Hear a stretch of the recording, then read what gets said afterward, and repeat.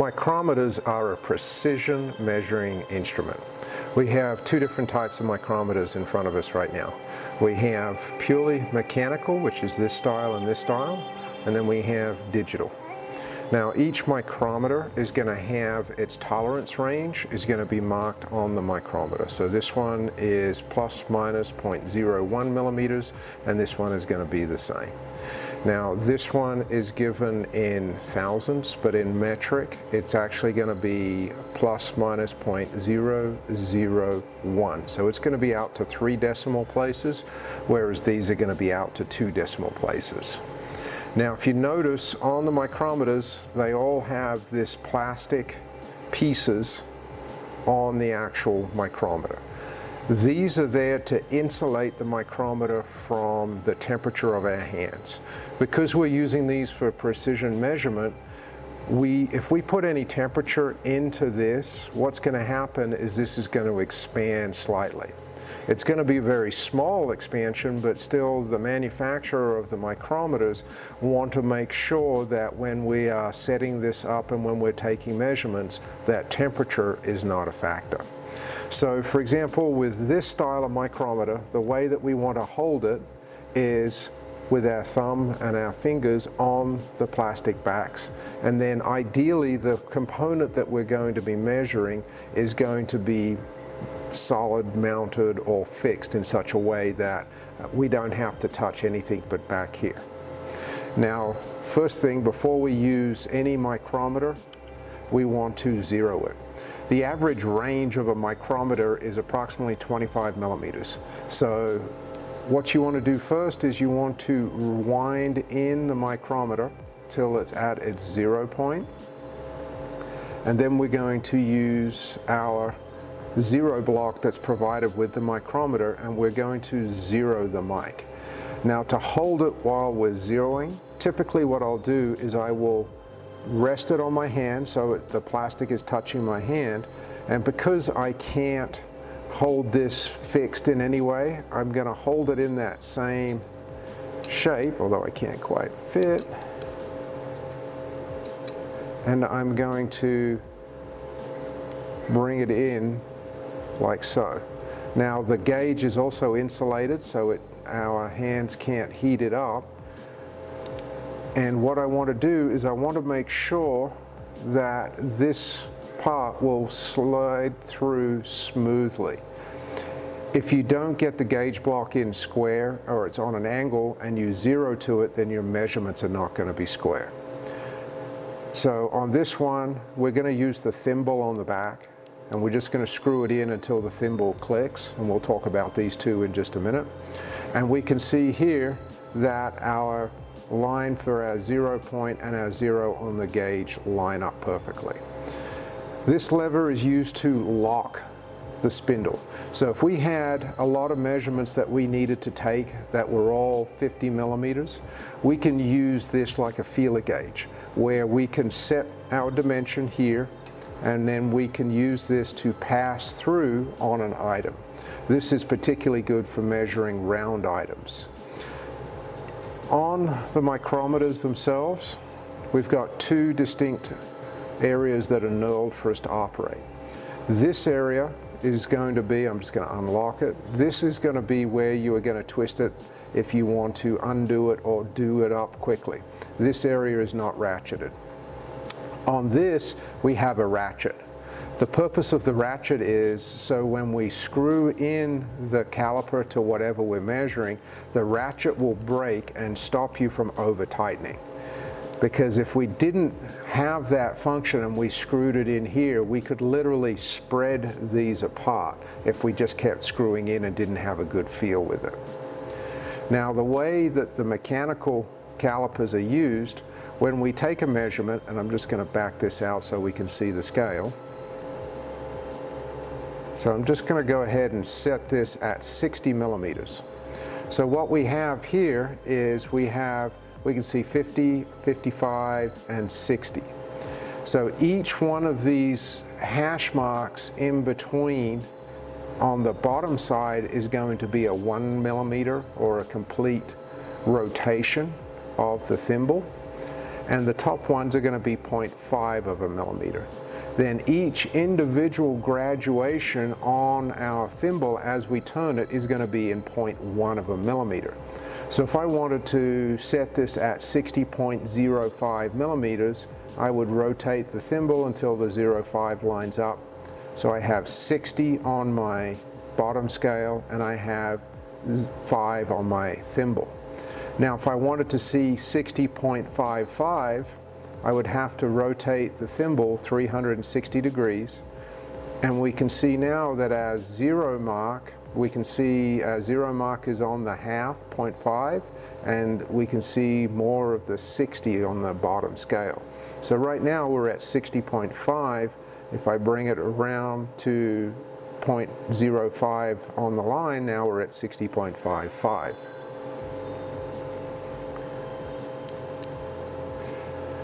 We have several different size micrometers. This one is a 50 to 75 millimeter range, so we're going to use this for, say, a crankshaft measurement, something that's going to land within that range. For smaller items, we have our 0 to 25 millimeter range. Now, these are going to function in the same way. You have a fixed thimble here that will allow it to spin in and out, and we have our ratcheting thimble. With this style, you can see I'm holding it with thumb and forefinger. I'm trying to hold it on the plastic. So when I can take a measurement, ideally I want to have the piece that I'm measuring fixed so I don't have to touch it. But if we do have to measure something small, we'll do that in just a second. You'll see how I hold it to try and minimize the temperature. So the first thing that we want to do with this is we want to bring the micrometer in until it seats and the ratchet clicks. So if you can see, I'm turning the ratchet, but nothing's moving. Now, this one, it is showing that we are at our 0 mark is right here, our indexing line is right here, and it's showing that I'm 0.08 of a millimeter. So the first thing that I would do is make sure that I am clean. If there is anything in between the measuring jaws, then that is going to influence the accuracy of the machine. You don't want to just go ahead and zero it without making sure that these two items are clean. So I've just wiped them off with my fingers. I'm just going to wind it back till I get close, and I'll let the ratchet take over.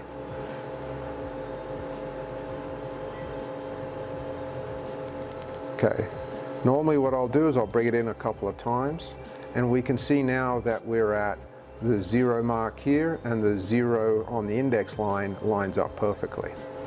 Now, if for some instance that it did not, the way that you adjust these, all of the mechanical micrometers come with this wrench, and this wrench is twofold. It has two functions. One, if you need to disassemble the ratchet, this is designed to lock in on the back side of it, so you can unscrew this and it'll hold it. The other part, which is the larger part of the C-wrench, is designed to adjust the micrometer. So on this one, just for an exercise, I'm going to take it out of adjustment. So you locate the micrometer wrench. There's a small hole in the back of the micrometer, and I am just going to turn it slightly, and then I'm going to bring this in, and now we can see that I'm out by 0.1 of a millimeter. So to adjust it, what I want to do is locate the C ratchet into the thimble, and I'm going to rotate it until the 0 line and the index line are perfectly aligned. And that is how you zero one of these. The next style of micrometer that we have is the digital style. These are going to function in exactly the same manner as the mechanical style, but being that they are a digital gives us some other options. So on this particular unit, we've got a couple of little differences. One, on this one, the ratchet mechanism is actually on the large barrel instead of on the small barrel like our mechanical one. So you can see here where I'm continuing to turn, and yet it's giving it some slip so it's not trying to wind the micrometer apart.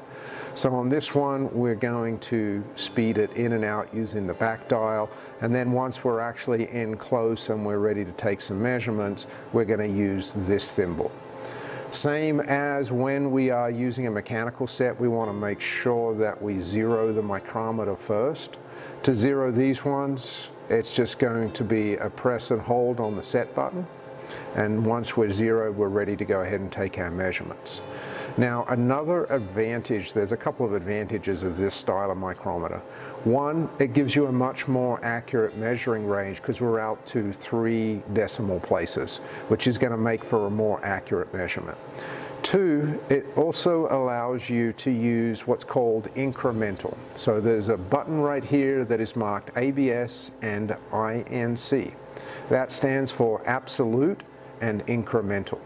Absolute means that the 0 point is always right here. So if we screw this dial back in, we should be able to come back into our 0 point.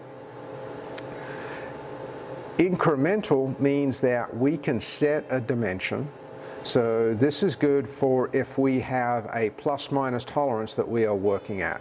So let's say our tolerance or our piece that we want to measure is going to be set at 5 millimeters. So I've set the micrometer to 5 millimeters.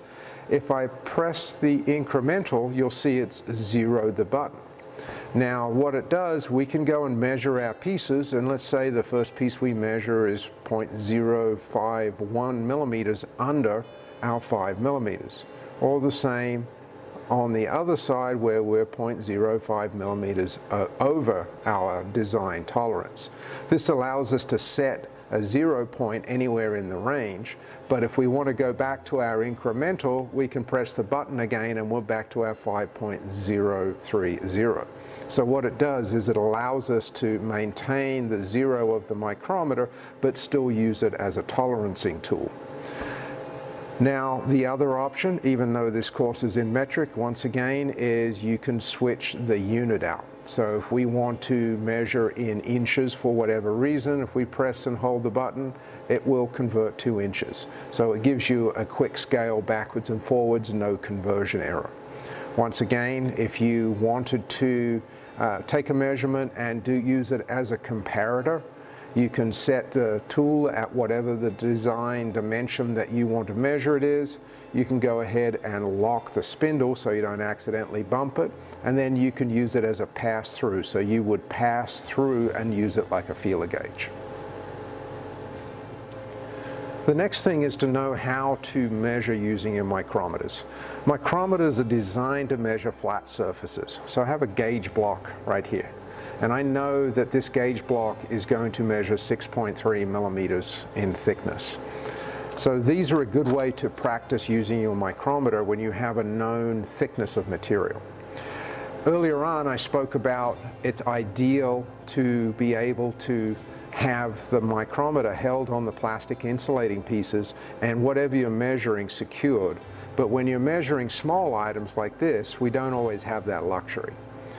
So if we're going to measure something small using a small 0 to 25 millimeter micrometer, I want to minimize how much I'm actually touching the micrometer and how much heat that I'm displacing into it. So typically what I'll do is I'll lay the micrometer, I'll kind of keep the major part of the micrometer sitting on this finger here. So this is the largest part of the gauge. I don't want to put as little amount of heat into it as I possibly can, and then with my thumb and forefinger I'll hold whatever it is I'm measuring. So I'll bring it in, and I'll just bring it in till the ratchet clicks a couple of times, and we can see that we've got, on our scale, we've got 5, 5.5, 6, and then we count on the tumble 0.35. So this gauge block is measuring 6.35 millimeters. Now the other thing I can do as an exercise is feel how much force it takes to slide this back and forth. So if I was using my micrometer as a feeler gauge, I would set at my known pressure of 6.35 millimeters. If I practice with this gauge block, I know what it should feel like when I'm sliding that through. So if I take, for example, and I'm going to open this one up, and I'm just going to bring it up to 6.36. So I'm 0.1 bigger. Now I can see that it went in a little easier, but I can also see that it wants to drop under its own weight. I can also feel that I have a slight rock in the gauge block. So it gives me that indication that if I was looking for that 6.36 number, that this is going to be undersize. Now, if we go the other direction and we set our micrometer at 6.34, then that's not going to allow the gauge block to actually enter it. Now, if I force it, I could probably get it in because it's only 0.01 of a millimeter, but we want to get that feel for how it's going to work. So when you're measuring a flat item, very, very simple, the gauge is flat and it will feel normally. When we start measuring diameters is where things get a little bit harder. Now this is our gauge block. That is 22.08 millimeters, so we know that this is a precision piece of equipment and we know what it should measure. So if I've got this one sitting here and this is big enough to where I can use the micrometer as it's designed,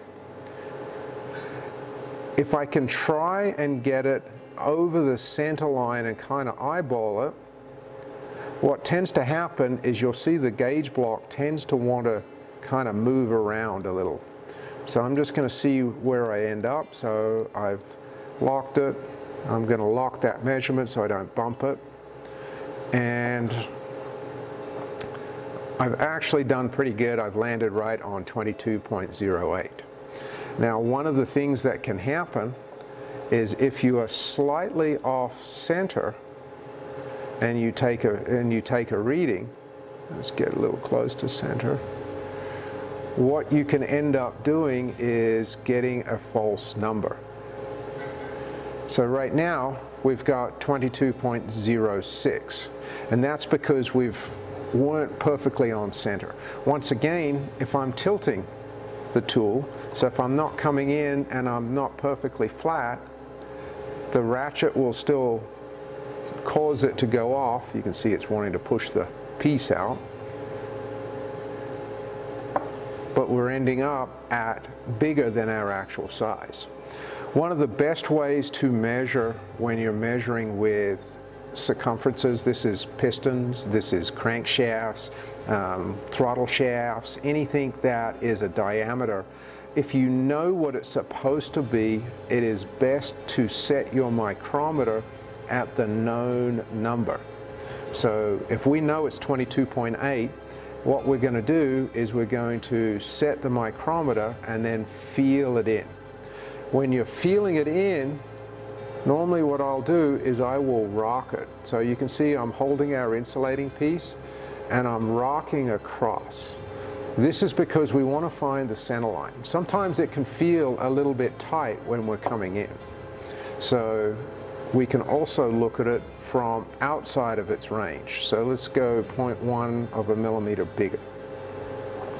If we come 0.1 of a millimeter bigger than our actual range, you can see how just there it was kind of a little bit tight because I wasn't perfectly straight.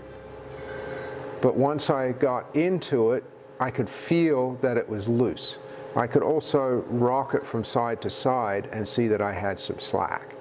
So we know that if our design dimension was 22.09, that this was undersized from that point.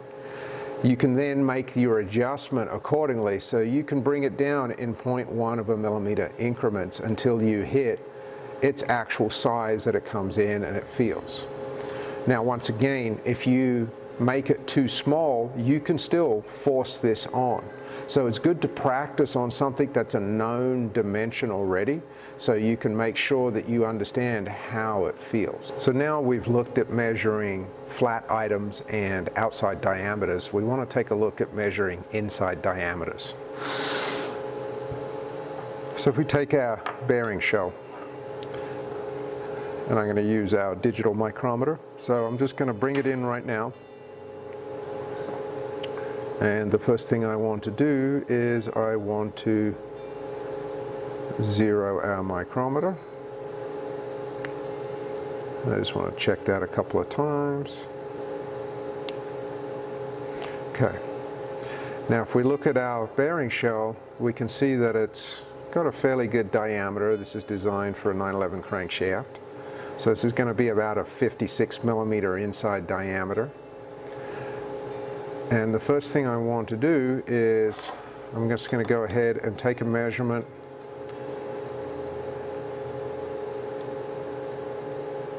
because I wanted to see the thickness of the bearing shell. So right now we're getting 2.913 millimeters at this exact spot. Do that a couple of times just to see if we get any change. So fairly consistent right there, 2.91 millimeters. Now, one of the issues that we face is on the bearing shell, because it is got an inside radius, our measuring anvil on our micrometer is flat. So it's not going to actually contact at the bottommost portion that we want to measure. So even though we've got a thickness at 2.9 millimeters, it's probably not going to be the actual thickness. This particular set comes with these. Now these are a little rubber cap, and they have a small ball bearing set in the rubber cap. And the way that this is going to work is I'm just going to wind my anvil out. I'm going to pop over the rubber cap, and then I'm going to re-zero the micrometer against the ball bearing. And then we just go ahead and zero that. Good.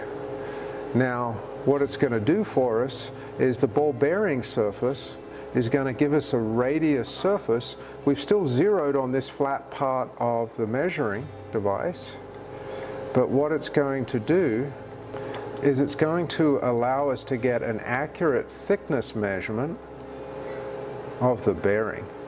And we can see we're at 2.742. And that's because the ball bearing has a smaller radius than the radius that we're measuring.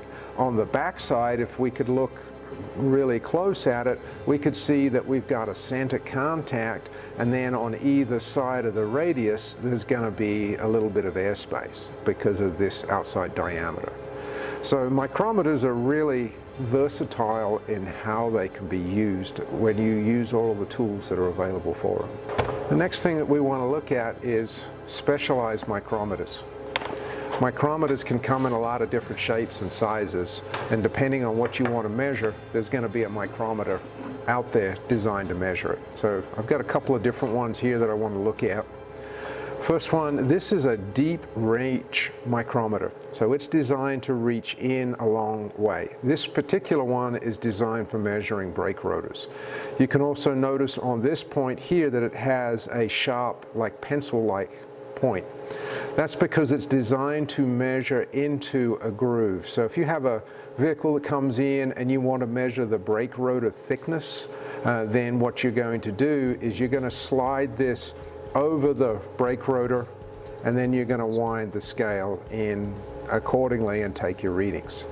One other thing that's unique about this particular micrometer is the scale is set to go both ways. So our 0 point is out here, and we would put our 25 millimeter zero block in to zero this, but it also allows us to screw back out, and it gives us a measuring range on the backwards dimensions as well. This means it makes it a little more versatile, but it also means that you're going to have to perform some math to keep track of what you're actually measuring. So if your brake rotor is larger than the 25 millimeters, then you're going to have to add whatever dimension this is and then check your minimum thicknesses. Once again, these micrometers are available in different sizes. You can get them with a larger reach to measure in further, or a larger measuring range. Another type of micrometer that we use quite a bit here is an inside micrometer. And this is a 25 to 50 millimeter inside diameter. So the way that this one works, when you zero one of these type micrometers, you're actually going to use a gauge ring. And this is a precision machined piece of steel to where you are going to actually install the micrometer. It's going to drop in. and you want to leave the gauge ring in the box because you don't want to touch it and affect its temperature. A couple of clicks on the ratchet, and you want to move and make sure that the micrometer is centered in the hole. This one locks with a screw on the top, so we're going to go ahead and lock that, slide it out, and we can check and see that we're at 0. Now this one adjusts in the same manner as our small outside micrometer, in that we use the supplied wrench and we would twist the body of the micrometer to 0 it. Now the way that this one is used, I'm just going to take a carburetor body. We're going to unlock it, and then we're going to spin the unit out. Now on the edges of this, these have very small pieces of hardened steel, so they're rounded, so they're not square across the edge. We just saw with our outside micrometer how we had to use a ball bearing to take an inside measurement. So when we install these, we want to do two things. We want to make sure that it's in the center line of the bore that we're measuring, and we also want to make sure that it's not twisted. The best way to do that is if we get our dimensions so we're pretty close to popping in, so I'm inside the hole, and then as we bring our ratchet up, I want to just rotate it very slowly while clicking on my ratchet. I want to keep it 90 degrees to the job, and I want to make sure that it's not twisted. Now you can see how that loosened up, which means I wasn't perfectly straight. So if we lightly turn our ratchet as we move around the circumference, and then I'm just going to go ahead and lock that. And then I'm just going to twist it and see how it feels. It should feel smooth, it shouldn't bite or get stuck. Then to measure it, we're going to pick it up, and this one we're going to count in. We're measuring 39.98 millimeters. This brings us to the end of micrometers. Micrometers, like any other tool, are going to require practice to become proficient and good with. They are a precision instrument, but they are only as precision as you are. So as soon as you can get your hands on your own set of mics or borrow a set of mics, start measuring known dimensions like our gauge blocks, both flat and round. Get a good feel for how it actually feels, set the micrometer to the design dimension and pass it through. And just continue to work with them. Make sure when you store them that they are stored in their boxes. If they're battery operated ones like this and they're going to be not used for any length of time, I would remove the batteries for storage and just make sure that they're wiped down.